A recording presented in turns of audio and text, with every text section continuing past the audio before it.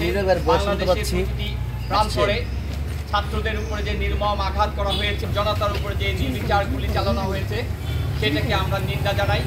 নিপীড়নের বিরুদ্ধে শিক্ষক সমাজ এই ব্যানারে আজকে আমরা এখানে উপস্থিত হয়েছি। আপনারা জানেন যে মৌন মিছিল নিয়ে আবারও আমরা শহীদ মিনারে যাব।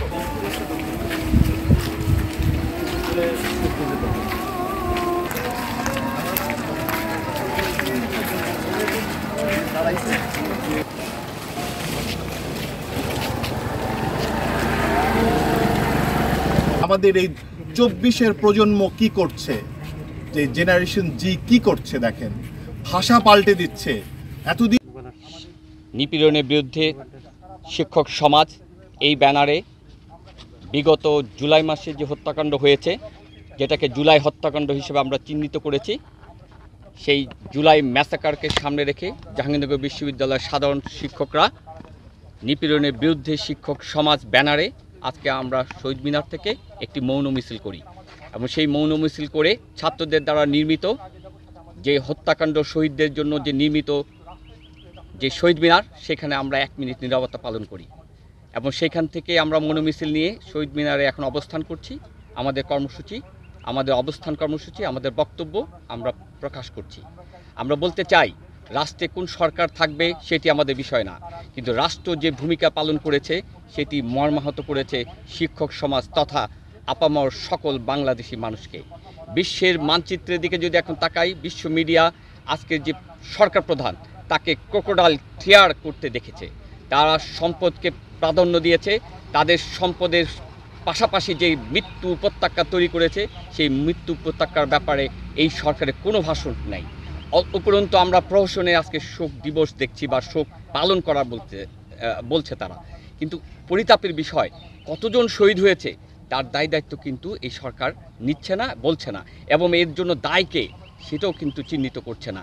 কিন্তু আমরা উপরন্তু দেখতে পাচ্ছি তদন্ত ছাড়াই তারা বিভিন্ন গোষ্ঠীকে, বিভিন্ন রাজনৈতিক দলকে তারা চিহ্নিত করছে। উপরন্তু আরেকটি বিষয় আমাদের কাছে পরিলক্ষিত হয়েছে, যেটি ভাবাচ্ছে আমাদেরকে, ডিবি অফিসে বসে সমন্বয়কদেরকে জোর করে যেভাবে রাজনৈতিক কর্মসূচি প্রত্যাহারের যে সিদ্ধান্ত নিয়েছে, সেটি একেবারে রাষ্ট্র যে আর রাষ্ট্রের জায়গায় নাই তা প্রমাণ করে। আজকে আমরা দেখতে পাই যে এই সরকার ডিবি অফিসের মাধ্যমে পুলিশি রাষ্ট্র কায়েম করতে চাচ্ছে। সেজন্য আমরা ধিক্কার জানাই। আমরা শিক্ষক সমাজ, আমরা ছাত্রদের পাশে আছি। ছাত্রদের নিরাপত্তা এবং ছাত্রদের দাবির প্রতি আমরা সবসময় সহানুভূতিশীল।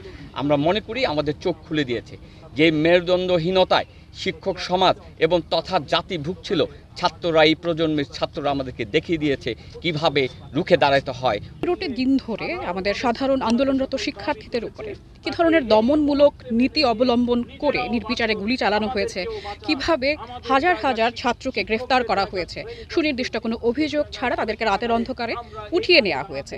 এই পর্যন্ত সরকারের কোনো উচ্চ পদস্থ ব্যক্তি, এমনকি সরকার যিনি প্রধানমন্ত্রী আছেন, তিনিও শহীদের প্রকৃত সংখ্যা সম্পর্কে কোনো স্পষ্ট কথা বলেন। উল্টো সাধারণ মানুষ যেন যথাযথ তথ্য না পায়, সে কারণে তিনি মিডিয়া এবং নেটওয়ার্ক সিস্টেমের ওপরে একটা নিয়ন্ত্রণ কবজা করে রেখেছেন এবং জনগণকে ভুল বোঝানোর চেষ্টা করছেন।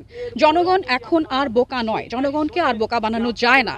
এরই মধ্যে তারা গতকাল রাষ্ট্রীয় শোক পালনের ঘোষণা দিয়েছে আজ। আমরা তাদের এই ধরনের প্রহসনমূলক বক্তব্যের, প্রহসনমূলক আচরণের প্রতিবাদে শোক নয়, আমরা আজ লাল কাপড় বেঁধে প্রতিবাদ করতে নেমেছি। আমরা জানাতে চাইছি, আপনাদের নাটক এখন আর জনগণ মেনে নেবে না। সাধারণ শিক্ষার্থীদের হয়রানি করা বন্ধ করুন, সাধারণ যারা শহীদ হয়েছেন তাদের পরিবারকে ক্ষতিপূরণ দিন, আপনারা ক্ষমা চান এবং দায় স্বীকার করুন। যারা সরকারের উচ্চপদস্থ ব্যক্তি আছেন, আপনাদের অপরিণামদর্শিতা, আপনাদের দায়িত্ব জ্ঞানহীনতা, আপনাদের উস্কানিমূলক বক্তব্যের কারণে যে ব্যাপক ক্ষয়ক্ষতি এবং প্রাণহানি হয়েছে, তার দায় স্বীকার করে আপনারা পদত্যাগ করুন। এই জিনিসটি, এই বার্তাটি আমরা আজকে সরকারকে দিতে চেয়েছি এবং ছাত্রদের আন্দোলনের সঙ্গে আমরা পূর্ণ সংহতি প্রকাশ করছি এবং শহীদদের প্রতি আমরা শ্রদ্ধা জ্ঞাপন করছি। এই আমাদের আজকের মূল কর্মসূচির আসল আমাদের উদ্দেশ্য। ছাত্র আন্দোলন এর মূল সমন্বয়ক তাকে 28 তারিখ ভোররাতে তুলে নিয়ে যায় অস্ত্রধারী সন্ত্রাসীরা। তারা ডিবি পরিচয়ে তাকে তুলে নিয়ে গিয়েছিল এবং এরপর আর 40 ঘন্টা আমরা তার কোনো খবর পাইনি। এরপর তাকে রিমান্ডে তোলা হয় এবং সেতু ভবন মামলায় তাকে দায়ী করা হয়। কিন্তু সে 18 তারিখ সে জাহাঙ্গীরনগরেই ছিল, তার এভিডেন্স আমাদের কাছে আছে, ভিডিও ছবি আমাদের কাছে আছে। তাকে 2 দিন খেতে দেওয়া হয় নাই, সে 2 দিন না খেয়েছিল এবং তার সাথে আমাদের দেখা করতে দেওয়া হয় নাই এবং আমরা কোনো আইনগত সহযোগিতাও পাই নাই। এখন আমাদের দাবি তাকে ছেড়ে দেওয়া হোক এবং তার মিথ্যা মামলা প্রত্যাহার করা হোক। আমাদের পরিবার খুব কষ্টে আছেন। আমার বাবাকে কোনো দিন আমরা কাঁদতে দেখি নাই। আমার বাবা কাঁদতেছেন, আমার বাবার চোখে জল পড়ছে, আমার মা কাঁদতেছেন, আমরা কাঁদতেছি। এখন আমাদের কিছুই করার নাই। আমাদের দাবি আমাদের ভাইকে ছেড়ে দেওয়া হোক।